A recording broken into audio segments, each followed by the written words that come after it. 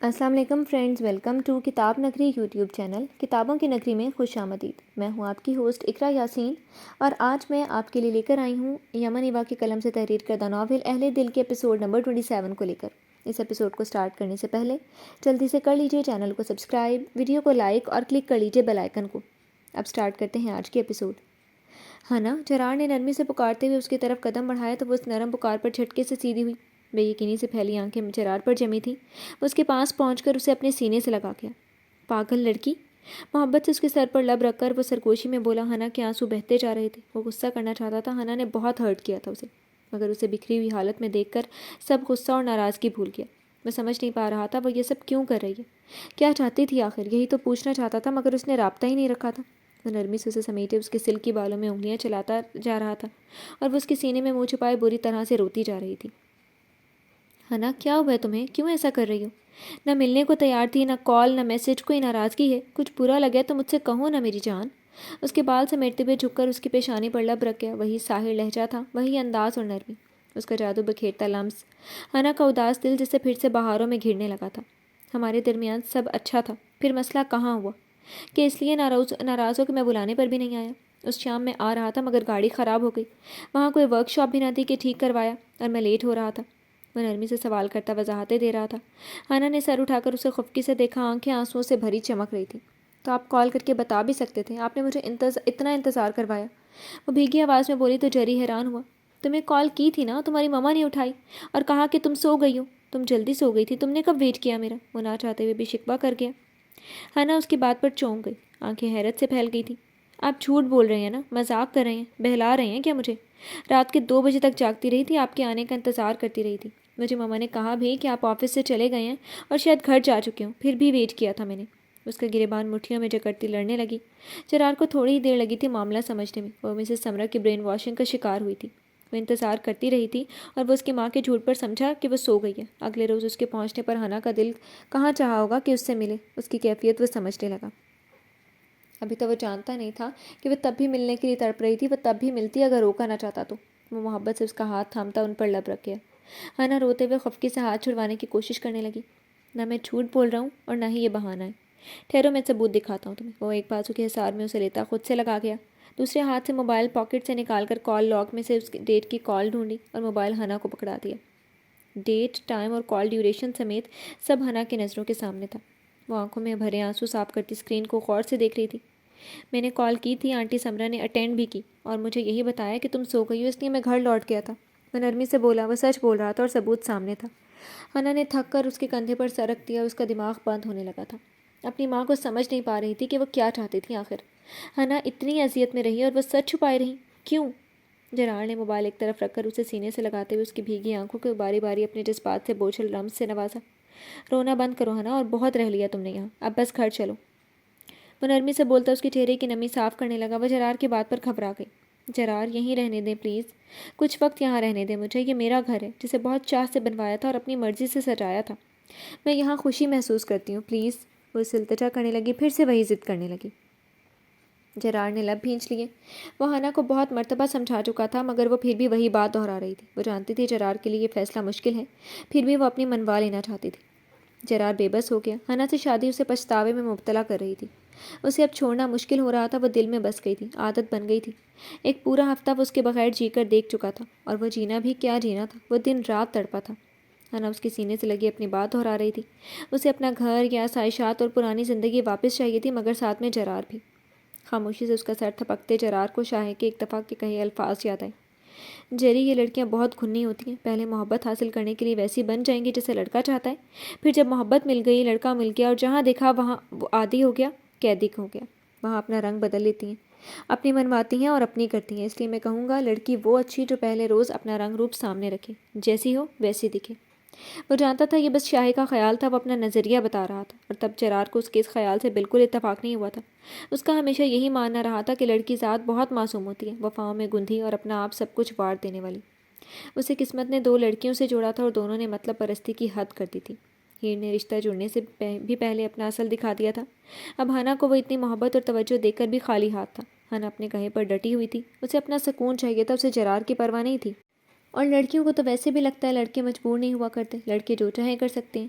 اللہ کا نظام ہے، عورت بیاہ کر مرد کے گھر جاتی ہے، اس کی ذمہ داری بن جاتی ہے، پھر وہ مرد جتنا ہو سکے اسے سکون اور سہولت دیتا ہے، مگر یہاں عورت چاہتی تھی مرد اپنی زندگی بدلے، اپنا گھر چھوڑے اور اس کی ذمہ داری بن جائے۔ وہ اس کی عزت نفس مجروح کر رہی تھی اور جرار محبت کے ہاتھوں مجبور ہوا بیٹھا تھا، غیرت کے ہاتھوں بے بس تھا۔ کیسے اپنے نکاح میں موجود لڑکی کو اکیلا نوکروں کے ساتھ رہنے دیتا؟ چپ کر گیا۔ جو سوچ نہیں سکتا تھا وہ مان بیٹھا تھا۔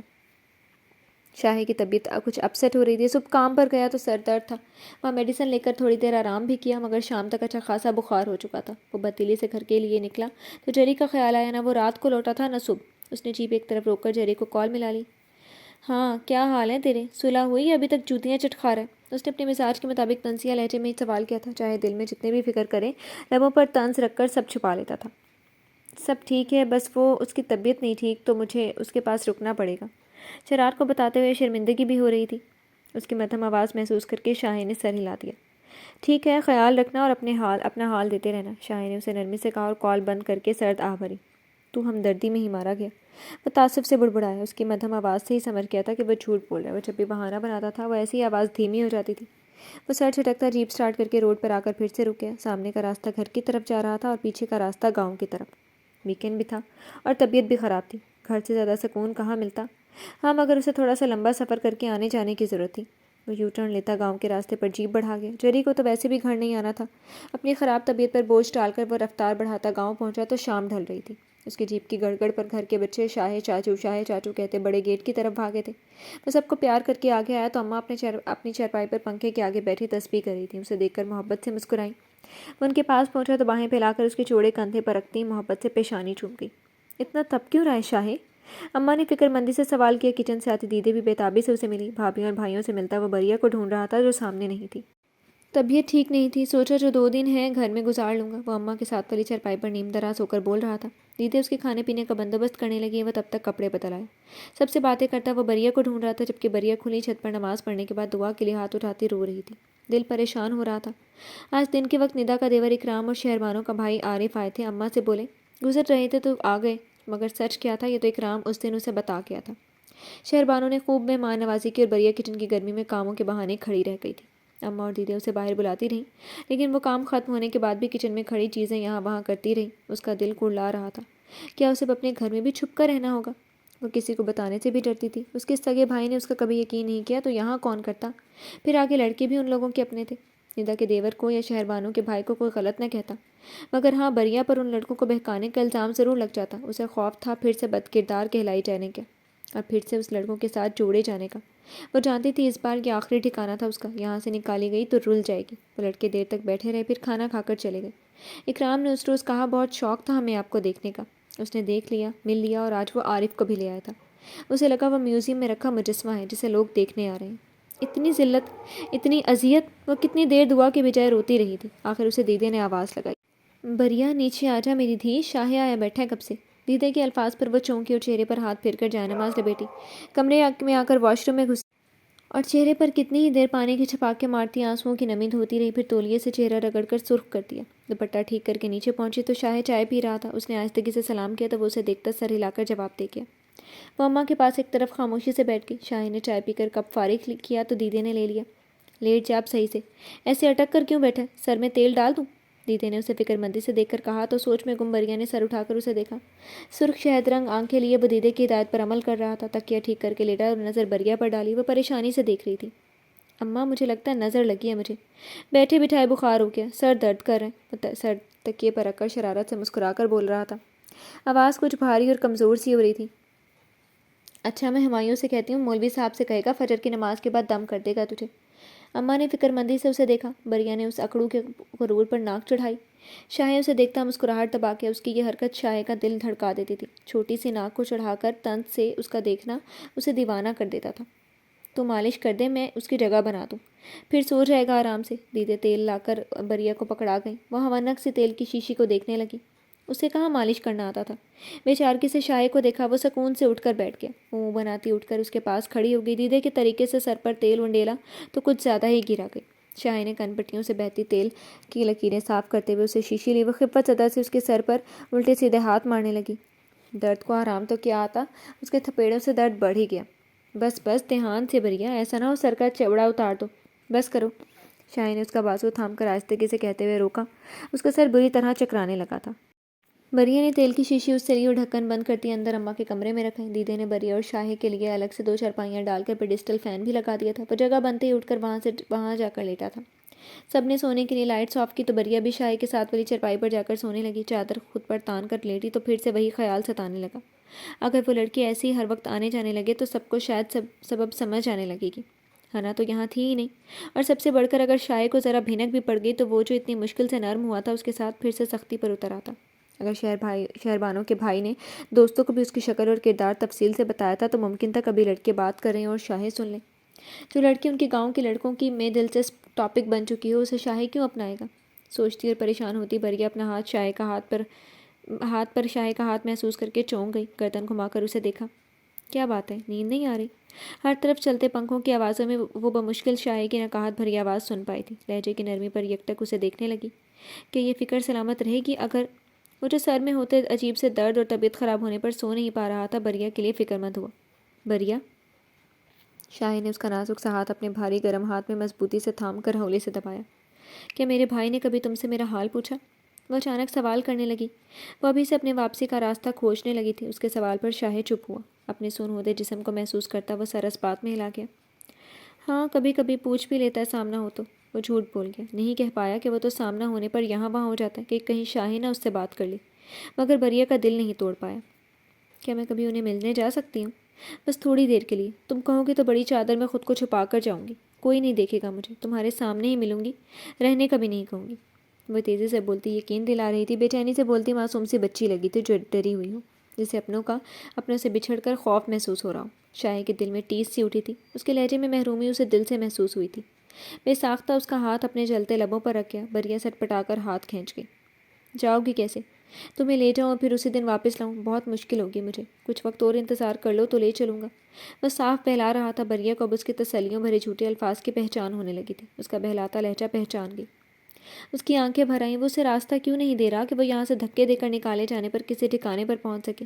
اس کے ہاتھ کیوں باندھ رہا تھا وہ؟ تم جو آج مجھے دنیا سے الگ کر رہے ہو نا، ایک دن خود دھکے دے کر نکالو گے، اور میں جانتی ہوں تم یہی چاہتے ہو کہ جب تم نکالو تو میرے پاس زندہ دفن ہو جانے کے علاوہ کوئی آپشن نہ بچے۔